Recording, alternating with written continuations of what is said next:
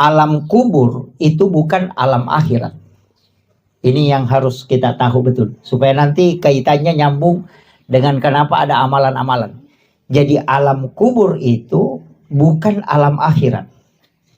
Alam akhirat itu nanti selesai dunia kiamat. Jadi kama pilino napang kayasang alam akhirat. Selama dunia ini tidak kiamat, maka itu alam akhirat itu belum.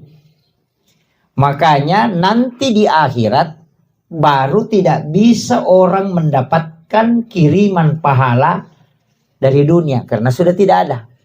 Selama orang itu masih di alam kubur, maka itu kiriman pahala itu akan masuk. Makanya orang yang meninggal itu ketika meninggalkan anak yang mendoakan, itu dipastikan akan sampai. Karena dalam Islam ada namanya syafaat pahala.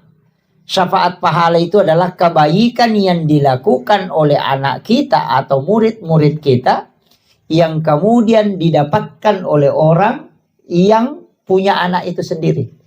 Jadi ya kau angka anak, bahkan Rasulullah mengatakan siapa yang meninggalkan 2 atau 3 anak perempuan ahli ibadah, maka ibu bapaknya tidak disentuh api neraka.